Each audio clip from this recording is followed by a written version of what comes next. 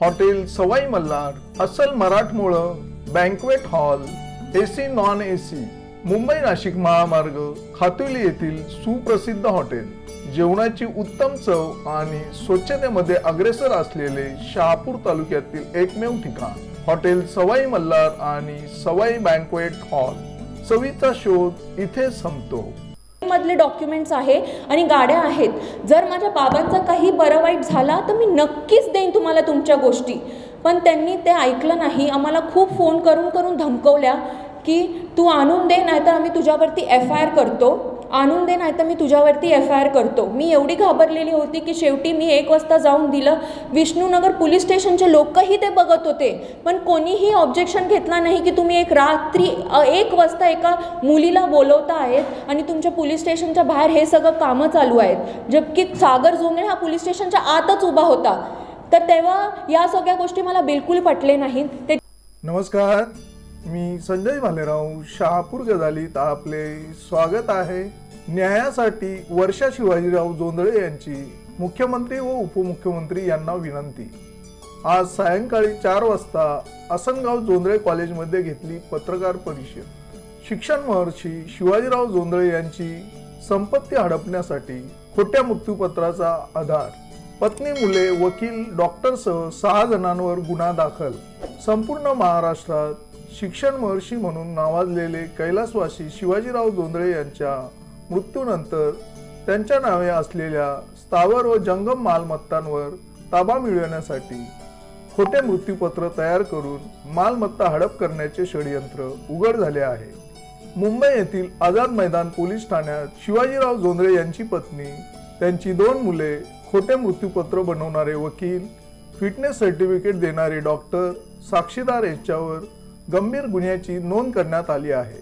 शिवाजीराव जोंधळे यांची मुलगी वर्षा प्रीतम देशमुख तथा वर्षा शिवाजीराव जोंधळे या आसनगाव येथील विघ्नहर्ता ट्रस्टच्या अध्यक्ष असून त्यांच्या माध्यमातून आसनगाव कॉलेजमध्ये हजारो विद्यार्थी शिक्षण घेत आहेत। गुरुवारी संध्याकाळी आसनगाव येथे त्यांनी घेतलेल्या पत्रकार परिषदेत ही धक्कादायक बाब उघड केली। वर्षा ही शिवाजीराव जोंधळे यांच्या दुसऱ्या पत्नीची मुलगी असल्याचे सांगत त्या कायदेशीर वारस असल्याचे मुंबई सिटी सिव्हिल कोर्टच्या सूट नंबर 614/2022 चा आदेश दाखवित संपूर्ण घटनाक्रम सांगितला। मी वर्षा शिवाजीराव जोंधळेंची दुसरी पत्नीची मुलगी, माझे वडिलांची जी पहिली पत्नी होती वैशाली जोंधळे, त्यांची मुलं सागर जोंधळे व देवेंद्र जोंधळे ह्यांच्यासोबत मागच्या 20 ते 25 वर्षापासून त्यांचे बिलकुल पटत नव्हते। त्यांच्यामध्ये खूप वाद होते। 2000 जेव्हा माझा जन्म झाला 1992 मध्ये, तेव्हापासून माझे बाबा माझ्यासोबत राहत आहे। माझे बाबा जेव्हा 2006 मध्ये त्यांचे जे SS जोंधळे कॉलेज पॉलिटेक्निक इथे आहे तिथे बसून ते कर्मचाऱ्यांची बदल्या करत होते, तेव्हा त्या तिघांनाही माझ्या बाबांचा खूप राग आला। माझ्या बाबांना त्यांनी बाहेर खेचत आणलं व सगळ्या कर्मचाऱ्यांसमोर त्यांना लाथाबुक्क्यांनी खूप मारलं। त्यावेळेसच माझ्या बाबांनी ठरवलं की असे मुलांसोबत मला राहायचंच नाही आहे जे स्वतःच्या बाबाला एवढं लाथाबुक्क्यांनी सगळ्यांसमोर मारतायत। म्हणून त्यांनी त्यावेळेस ठरवलं की मी आता या फर्स्ट फॅमिलीसोबत काही नातं ठेवणार नाही आणि मी त्या कॉलेजमध्ये पण कधी पाऊल ठेवणार नाही। म्हणून 2006 पासून माझ्या बाबांनी त्या कॅम्पसमध्ये कधीही पाऊल ठेवलं नाही। माझ्या बाबांनी त्यावेळेस ठरवलं की मी आता एक नवीन संस्था स्थापन करणार आहे, म्हणजे विघ्नहर्ता ट्रस्ट। विघ्नहर्ता ट्रस्ट त्यांनी स्थापना केली आणि हे जेवढे कॉलेजेस आहेत ते विघ्नहर्ता ट्रस्टच्या आतमध्ये आहेत। विघ्नहर्ता ट्रस्टमध्ये जेव्हा हे कॉलेजची डेव्हलपमेंट केली ती माझ्या बाबा आणि माझ्या आईने मिळून केली। माझी आई IIT रुडकीमधनं शिकलेली आहे। माझे बाबा जेव्हा हे सगळं कामं करत होते तेव्हा त्यांच्या मुलांनी त्यांच्यावरती खोटे फायरिंगची केस, खोटी बलात्काराची केस, खोटी बाललैंगिक केस ह्या सगळ्या केसेस केल्या आणि त्यांना खूप मानसिक त्रास दिला। त्याच्यातनंही माझ्या बाबांना निर्दोष मुक्त झालेली आहे, त्याचेही आपल्याकडे पुरावे आहेत।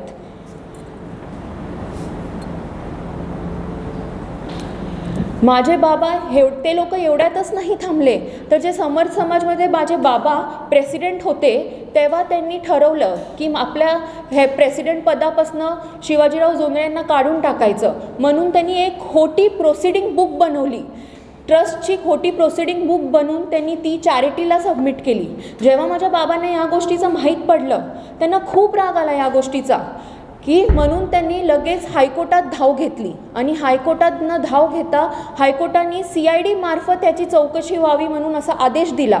CIDने जेव्हा पूर्ण चौकशी केली त्याच्या अंती त्याच्यात निघून आलं की त्यांनी फ्रॉड केला आहे आणि त्यांच्यावरती चार्जशीट ही दाखल झाली. ही ती चार्जशीट.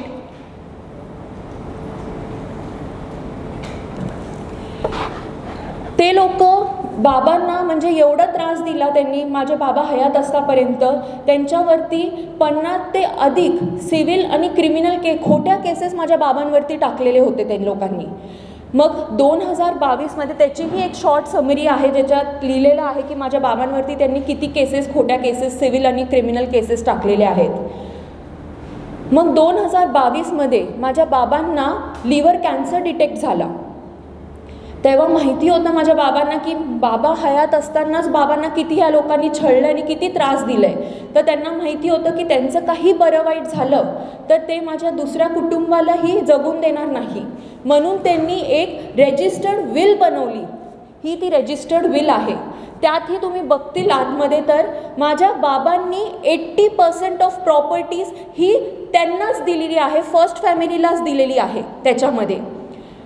मग बाबा लिव्हर कॅन्सरचा आजार त्यांचा वाढत गेल्यानंतर शेवटी 19 एप्रिल 2024 रोजी त्यांना ग्लोबल हॉस्पिटल परेल इथे ॲडमिट करावं लागलं या आजारामुळे. जेव्हा ते ॲडमिट होते 18 एप्रिल, 18 पण नाही बोलू शकत, आम्हाला 17पासून खूप हॅरॅसमेंट चालू केली त्यांच्याकडनं. पण 18 एप्रिलला तर त्यांनी आम्हाला फोन करून धमकवलं फर्स्ट फॅमिलीने, सागर जोंधळे आणि अनुप डोंगरे म्हणून. त्यांनी मला धमकवलं की जे बाबाचेकडे समर्थ समाजी ट्रस्ट आहे त्याचे जे गाड्या आहेत आणि जे त्यांचे प्रोसिडिंग बुक आहे ते आम्हाला आत्ताच्या आत्ता आणून दे, नाहीतर आम्ही तुझ्या आणि तुझ्या फॅमिलीवरती FIR करू आणि तुम्हाला जेलमध्ये टाकू. तेव्हा मी ऑलरेडी खूप घाबरलेली होती कारण माझे बाबा व्हेंटिलेटरवरती होते आणि माझं तेव्हा 6 महिन्याचा बाळ होता. मी एक नर्सिंग मदर होती त्या सिच्युएशनला.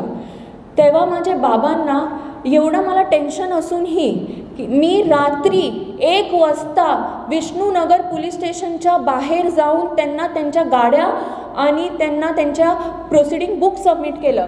तुम्ही जसे या फोटोमध्ये बघतायत की विष्णुनगर पोलीस स्टेशनच्या आत सागर जोंधळे उभा आहे आणि मी सगळी बाहेर उभं राहून त्यांना त्यांच्या गाड्या आणि प्रोसिडिंग बुक देते. आणि मी त्यांना विनंतीही केली होती की जोपर्यंत माझे बाबा हयात आहे आणि ते बाबांच्या कस्टडीमधले डॉक्युमेंट्स आहे आणि गाड्या आहेत, जर माझ्या बाबांचा काही बरं वाईट झाला तर मी नक्कीच देईन तुम्हाला तुमच्या गोष्टी. पण त्यांनी ते ऐकलं नाही. आम्हाला खूप फोन करून धमकवल्या की तू आणून दे नाहीतर आम्ही तुझ्यावरती FIR करतो, आणून दे नाहीतर मी तुझ्यावरती FIR करतो. मी एवढी घाबरलेली होती की शेवटी मी 1 वाजता जाऊन दिलं. विष्णुनगर पोलीस स्टेशनचे लोकही ते बघत होते पण कोणीही ऑब्जेक्शन घेतला नाही की तुम्ही रात्री 1 वाजता एका मुलीला बोलवता आहेत आणि तुमच्या पोलीस स्टेशनच्या बाहेर हे सगळं कामं चालू आहेत, जबकी सागर जोंधळे हा पोलीस स्टेशनच्या आतच उभा होता.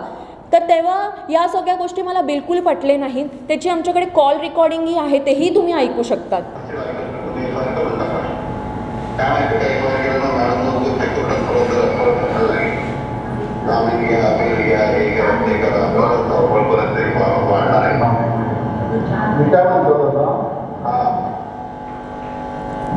नंतर 19 एप्रिल 2024ला माझे बाबा शेवटी रात्री त्यांचा निधन झाला. तेव्हा त्यांना अग्नीही दिली नव्हती माझ्या बाबांना. त्या लोकांनी आमची जी ट्रस्टची माळशेज घाटमध्ये जागा आहे तिथेही जो आमचा केअरटेकर होता त्यालाही त्यांनी फोन करून धमकवलं की ती जागा सोड, नाहीतर आम्ही माझे माणसं पाठवतो आहे, त्यांना ती जागेची तावीज देऊन टाक आणि ती जागा सोडून दे. अग्नीही नव्हती दिली माझ्या बाबांना त्यावेळेस. त्याची पण आमच्याकडे रेकॉर्डिंग आहे.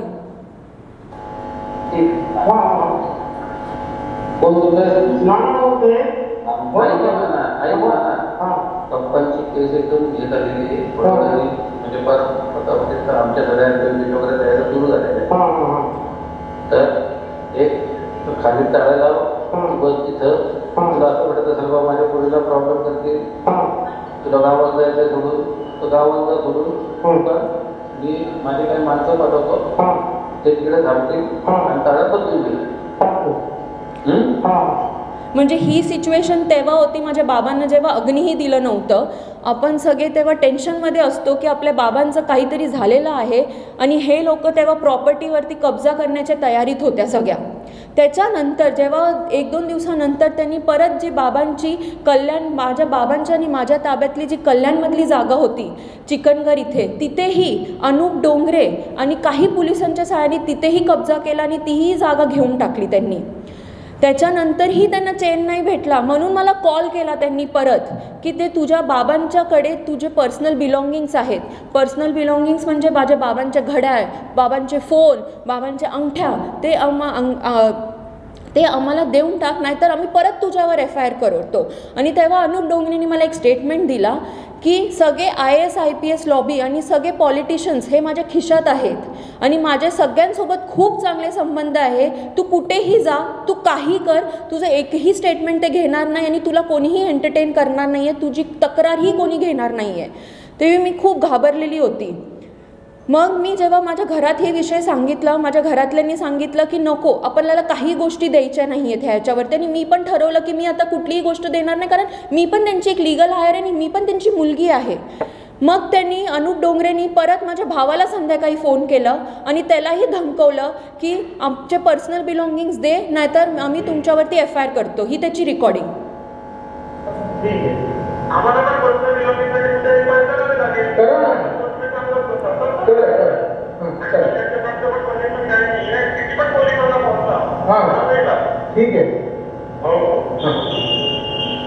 मग हे झाल्यानंतर ते लोकांनी जे माळशेज घाटात परत आमची जी जागा आहे ट्रस्टची जागा तिथे आमचे जे केअरटेकर राहत आहेत तिकडे देवेंद्र जोंधळे व त्यांचे काही साथी शस्त्र घेऊन गेले आणि तिथेही त्यांनी मारहाण केली लोकांना ती जागा फक्त घेण्यासाठी. तेव्हा तिकडे जे कर्मचारी होते त्यांनी त्याच्यावरती खूप ऑब्जेक्शन घेतलं आणि त्यांना ती जागा घेऊन दिली नाही. मारहाण खूप झाली त्यांच्यामध्ये. मग तेव्हा त्या कर्मचाऱ्या लोकांनी लगेच पोलिसांना कॉल केलं. पोलीस तिकडे आले आणि पोलिसांनीही त्यांच्यावरती FIR लॉन्च केली. FIRमध्ये देवेंद्र जोंधळे आणि त्यांचे काही साथी होते. त्यांचे जे साथी होते ते 4 ते 5 दिवस पोलीस स्टेशनमध्ये जेलमध्ये पण राहिलेले आहेत. ही त्याची FIRची कॉपी आहे. जेव्हा या सगळ्या गोष्टींमध्ये त्यांना माहीत पडलं की आपल्याला कुठलीही गोष्ट फिजिकली एवढा इझिली घेता येत नाही आहे तेव्हा त्यांनी अनूप डोंगरे, वैशाली जोंधळे, सागर जोंधळे आणि देवेंद्र जोंधळे या सगळ्यांनी मिळून ठरवलं की आपण शिवाजीराव जोंधळे जे माझे बाबा आहेत त्यांची एक खोटी मृत्यूपत्र बनवायची, खोटी विल बनवायची. म्हणून त्याकरता त्यांनी एक XYZ पर्सनच्या नावाचं स्टॅम्प पेपर घेतला, 500 रुपयाचा स्टॅम्प पेपर घेतला आणि त्याच्यावरती त्यांना जी विल पाहिजे ती पूर्ण त्यांनी त्याच्यावरती प्रिंट केली आणि माझ्या बाबांच्या सगळ्या खोट्या सह्या मारल्या त्याच्यावरती आणि अंगठाही पुसट मारलेला आहे त्याच्यावरती. पूर्ण ह्याच्यामध्ये त्यांनी त्यांच्यावरती केलेल्या गोष्टी आहेत. अंगठाही पुसट आहे पूर्ण. मग हे जेव्हा मला माहीत पडलं तेव्हा मी हे लोकांनी ही जी विल आहे त्याचा वापर करून संगमनेरमध्ये जे जागा आहेत माझ्या बाबांच्या होत्या त्याच्यामध्येही त्यांनी 7/12 बदलून घेतले या खोट्या विलच्या आधारित. हे 7/12 आहे, शासनाची फसवणूक केली यांनी ह्या गोष्टींमध्ये. हे सगळे 7/12 आहेत जे त्यांनी बदललेले आहेत. तेव्हा ह्या सगळ्या गोष्टी जेव्हा मला माहीत पडल्या तेव्हा मी ठरवलं की आता मी दबणार नाही आणि मी या गोष्टींच्या मुलापर्यंत जाणार आहे. म्हणून मी एका माझ्या कर्मचारीला या गोष्टीसाठी अपॉइंट केलं. त्यांना सांगितलं की जे नोटरी करणारे माणसं आहेत, ॲडव्होकेट डॉक्टर TC कौशिक जे फोर्टला बसतात, तुम्ही त्यांना भेटा आणि जरा माहिती काढा, त्यांच्यावरती आपण एक स्ट्रिंग ऑपरेशन करू. म्हणून त्यांनी पण मला मदत केली. त्यांनी एक पेपर घेऊन गेले ॲफिडेविट करण्यासाठी, राहुल पाटील नावाचा. आता तुम्ही बघा, तर राहुल पाटीलचं त्यांनी ॲफिडेविट केला 1 ऑक्टोबर 2024ला आणि त्याची डेथ झालेली आहे 2022मध्येच. त्याचंही नोटरी आता करून कसं भेटू शकतात तुम्ही बघा. हे त्याचं डेथ सर्टिफिकेट आहे आणि ही त्याची नोटरी केलेली आहे 1 ऑक्टोबर 2024 आणि ते पण त्यांनी केवळ आणि केवळ 2000 रुपयासाठी ती नोटरी करून दिली. तेव्हा मला नक्की संशय झाला की जर TC कौशिक हा 2000 रुपयासाठी करू शकतो तर नक्कीच ह्यांनी माझ्या बाबांचीही खोटी विल बनवली आहे. म्हणून मी जे कर्मचारी अपॉइंट केलेले होते त्यांना मी सांगितलं की प्लीज तुम्ही जाऊन त्यांच्या जे 2 कर्मचारी आहेत त्यांच्यासोबत जे काम करतात त्यांना भेटा आणि त्यांच्याकडनं माहिती घ्या की माझ्या बाबांचं काय ह्यांनी केलेलं आहे. जेव्हा त्यांच्यासोबत त्यांनी खूप वेळ भेटून त्यांच्याकडनं विचारपूस केली तेव्हा माहीत पडलं की माझे बाबा आणि दोन्ही विटनेस त्या ठिकाणी फोर्टच्या ठिकाणी गेले नव्हते. त्यांनी तिथे नोटरीही केली नव्हती. म्हणजे ते लोक गेले नव्हते तिथे आणि त्यांच्या गैरहजेरीमध्ये ॲडव्होकेट TC कौशिकने ते फक्त आणि फक्त 15,000 रुपयासाठी नोटरी करून दिली. जेव्हा त्यांच्या दोन्ही कर्मचाऱ्यांनी त्यांना म्हटलं की साहेब हे खूप विलसारखी गोष्ट आहे आणि विलसारखी गोष्ट इझिली कोणीही नोटरी करत नाही तर तुम्ही करू नका, आपण ह्याच्यामध्ये फसून जाऊ. तर त्यांनी सांगितलं, TC कौशिकनी त्यांना सांगितलं की तू तुझं काम कर, आपल्याला पैसे भेटतात, आपल्याला अजून काही काय करायचं आहे. म्हणून त्यांनी ती नोटरीही करून दिली. पण तो माणूस एवढा घाबरलेला होता त्यावेळेस की पुढे जाऊन हे लोक कर्मचाऱ्यांनाच फसवतील म्हणून त्याने एक फोटो काढून ठेवला ज्याच्यामध्ये तुम्ही बघतील त्या फोटोमध्ये की TC कौशिकची पण साईन आहे, ते पेपर नोटरी पण झाला आहे, पण विटनेसेसचे कुठेच सह्या नाही आहेत. ते विटनेसेसची जागाच पूर्ण ब्लँक आहे. म्हणजे ही गोष्ट ह्याच्यामधनं कळून येते की ही फॉर्ज्ड होती आणि विटनेसेसनी नंतर सह्या केलेल्या आहेत ह्याच्यावरती. जेव्हा ह्या सगळ्या गोष्टी माझ्या डोळ्यासमोर आल्या तेव्हा मी bar council of Maharashtra and Goa इथे अप्रोच केलं. Bar council of Goa and महाराष्ट्रांना पण मी ह्या सगळ्या गोष्टी दाखवल्या, ह्या सगळ्या प्रूफ दिल्या त्यांना ह्या सगळ्या गोष्टींबद्दल. त्यांनीही त्यांच्यावरती ॲक्शन घेतली व TC कौशिक ह्यांच्यावरती ॲक्शन घेऊन त्याचंही रिपोर्ट आहे आपल्याकडे. त्याच्यानंतर मी एक अजून प्रयत्न केले की मी जे बाबांची खोटी विल होती त्याची मी विचार केला की मी ह्याचे जे सह्या आहेत माझ्या बाबांचे त्याचेही मी फॉरेन्सिक टेस्ट करून बघते. त्याचं जेव्हा मी सह्यांच्या फॉरेन्सिक टेस्ट केल्या त्याच्यातही निघून आलं की ते माझ्या बाबांनी सह्या केलेल्याच नाही आहेत, ही साईन खोट्या आहेत. मग त्याच्यानंतर बाबांचा जो फोन होता तो माझ्याकडेच होता. त्यांचा जो फोन ते वापरत होते त्यावेळेस तर तो फोन माझ्याकडेच होता.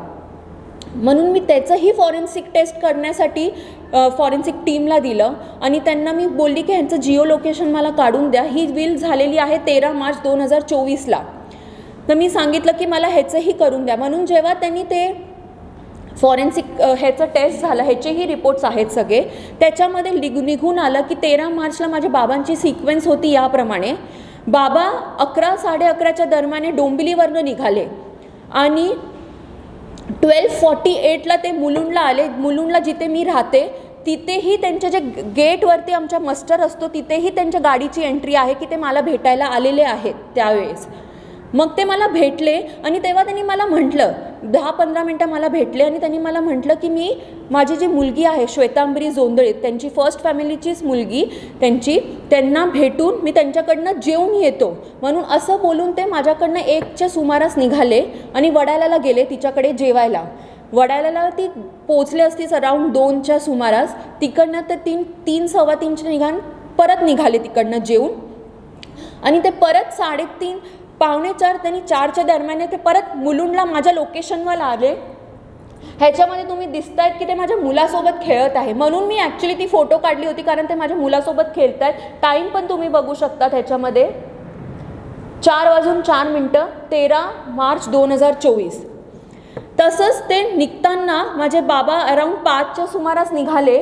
ते पण ॲक्च्युली माझ्या बाळासोबत त्यांनी बाळा खेळत होता, त्यांच्यासोबत हसत होता म्हणून मी ती पण फोटो काढली. ती पण 13 मार्च 4:51ला ते माझ्या घरातनं निघाले आणि तिकडनं निघून ते लगेच डोंबिवलीला गेले आणि डोंबिवलीला त्यांची एक ट्रस्टची गाडी आली होती त्याची ती पूजा करताय. ती पण 6:19 13 मार्च 2024.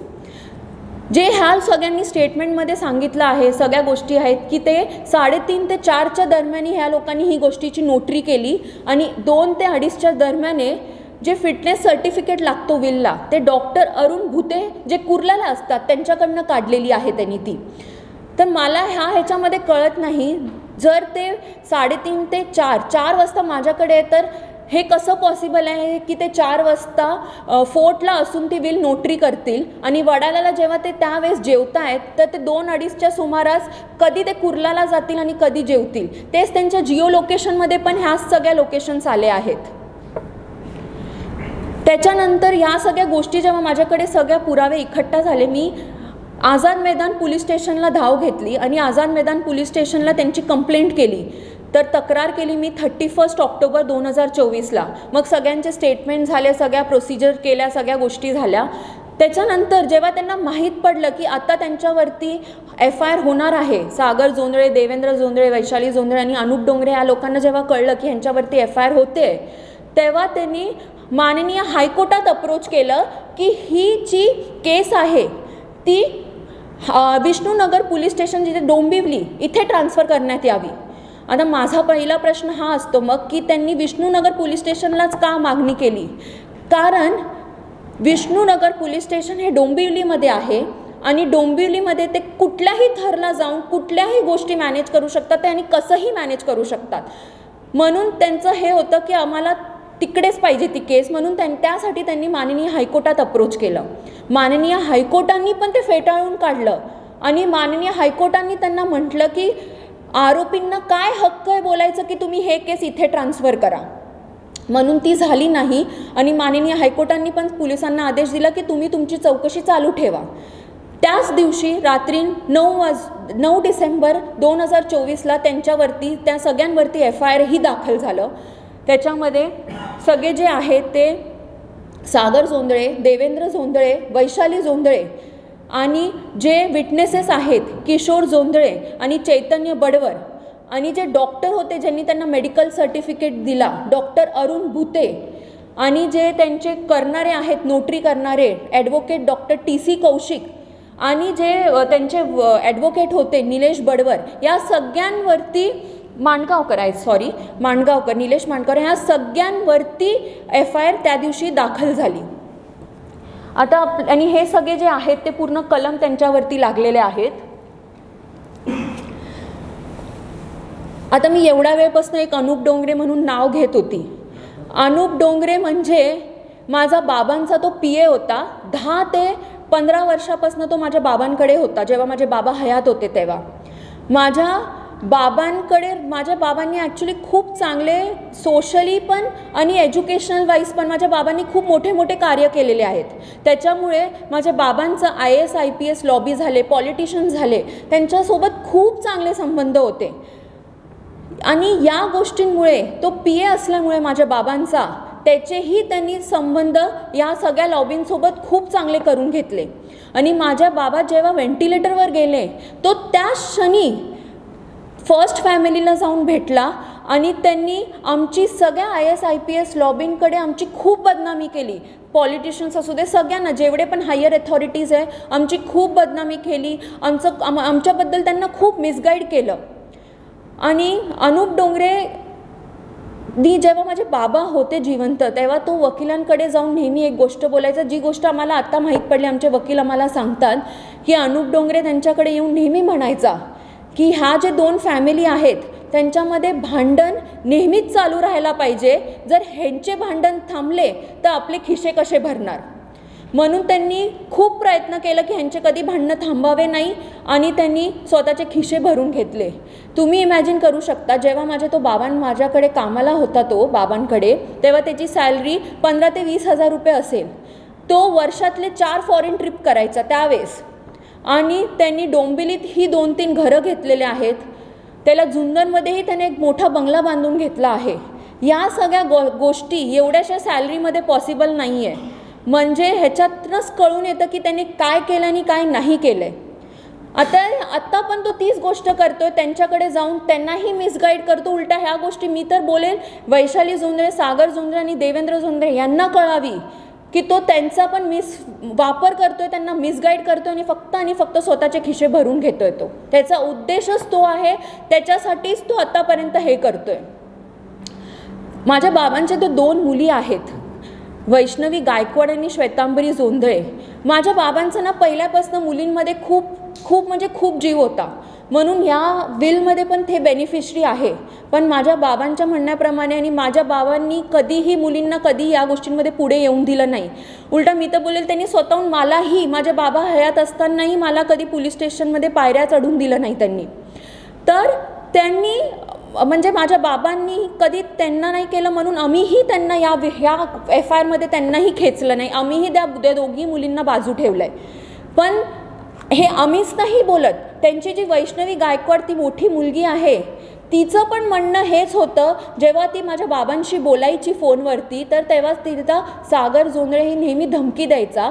आणि ह्याचीही रेकॉर्डिंग माझ्या बाबांच्या फोनमध्ये होती, जे तुम्ही आता ऐकू शकता. ती स्वतः बाबांशी बोलते तिच्या.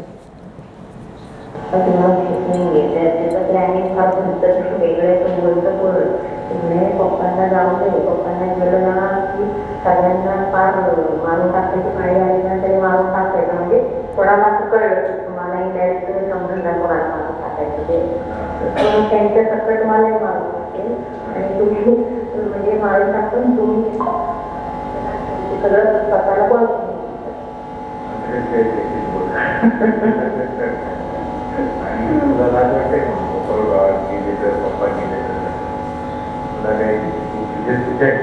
पैसे कमवू ना त्यांचं कसं आहे आणखी की जोपर्यंत तोपर्यंत केसेस असतात चालू ठेवायचा, काही फरक पडत नाही. म्हणजे आता आपण ठेवलेले देखील या केसेस असल्यास प्रॉब्लेम करत राहायचे. आता निकाल तुम्ही लावायचा नाही आणि मग तुम्ही हे झाले मग सगळं हे करायचं.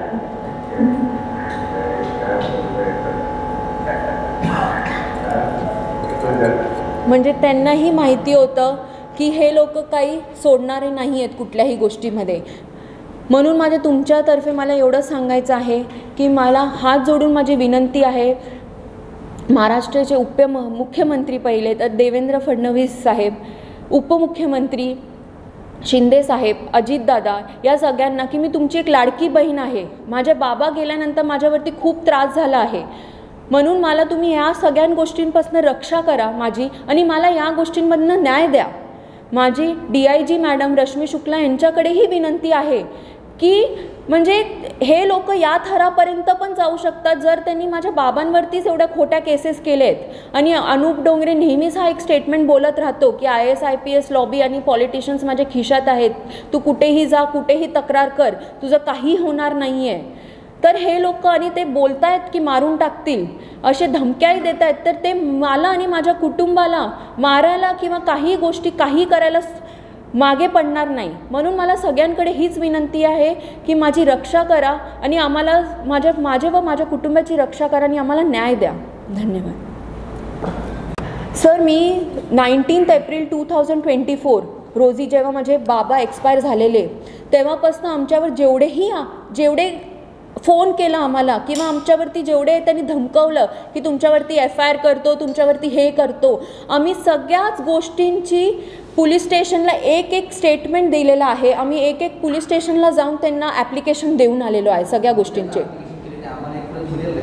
ते सगळं तुम्हाला मी पोचवते. सगळे आम्ही मुख्यमंत्रीपासून सगळ्यांना मी एक जेव्हा मला काही धमकी आली किंवा मला काही FIRचं बोलले तेव्हा मी एक ॲप्लिकेशन विष्णुनगर पोलीस स्टेशनमध्ये CP ऑफिसरना, DIG मॅडमना, मुख्यमंत्रींना सगळ्यांना मी ॲप्लिकेशन्स केलेले आहेत, सगळ्या वेळेस केलेल्या, आणि माझ्याकडे सगळ्या प्रूफ आहेत. मी सगळ्या तुम्हाला देईन ह्या गोष्टी. हो. 9 डिसेंबरला आपण जो गुन्हा दाखल केला त्याचे आरोपी आपण सांगितले, त्या व्यतिरिक्त कोणी आरोपी आहेत का? नाही सर, सगळे लोकच आहेत. त्यांच्या 2 मुली पण आहेत, त्याच्यामध्ये तेही बेनिफिशरी आहेत. पण मला त्या मुलींना ह्या गोष्टींमध्ये खेचायचं नाही आहे, कारण माझ्या बाबांची पहिल्यापासून हेच होतं की ते मुलींवरती त्यांचा खूप जीव होता. तर मला माझ्या बाबांच्या विरुद्धात जाऊन कुठलीही गोष्ट करायची नाही आहे. तर मी त्या दोघी मुलींना नाही घेतलं या गोष्टींमध्ये. मागच्या एका प्रकरणामध्ये प्रीतम देशमुख यांचं सुद्धा नाव आलं होतं, तर याबद्दल आपण काय सांगता?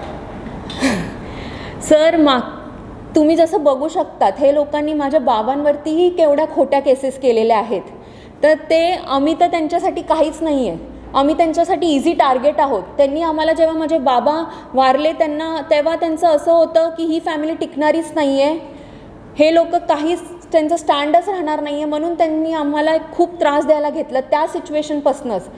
पण सगळे लोक आम्ही एकदम एक खंबीरपणे उभे राहिलो. आम्ही ठरवलं की जर आम्ही आता बॅकफूटवर गेलो तर आम्ही कोणी सोडणार नाही, म्हणून आमच्यावरतीही त्याच्यानंतर खूप सारे झाले आरोप, ज्याच्यामध्ये आम्ही हायकोर्टामध्येही त्या गोष्टीसाठी गेलेलो आहोत. मॅडम, शिवाजीराव जोंधळे यांच्या कुटुंबात दुसरं कुटुंबियाचं वारस म्हणून आपण एकटेच आहेत का? हां, लिगल हायर मी एकटीच आहे त्यांची.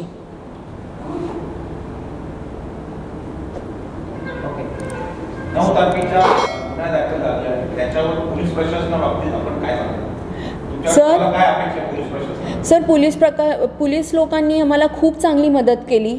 त्यांनी आम्हाला वेळोवेळी सगळ्या गोष्टी सांगितल्या आणि जेव्हा आम्ही प्रूफच त्यांच्याकडे एवढं घेऊन गेलेलो की ते कुठल्याही गोष्टीला नाही पण नाही म्हटू शकले आणि त्यांनी फुल ऑन आम्हाला, म्हणजे जेवढी आम्हाला एक्सपेक्ट पण नव्हती, कारण आम्ही सगळ्या गोष्टी आत्तापर्यंत बघत आलो आहे, पण आम्हाला ज्या गोष्टी एक्सपेक्ट नव्हत्या त्याही गोष्टी त्यांनी आम्हाला पूर्ण चांगली सहायता केली आतापर्यंत.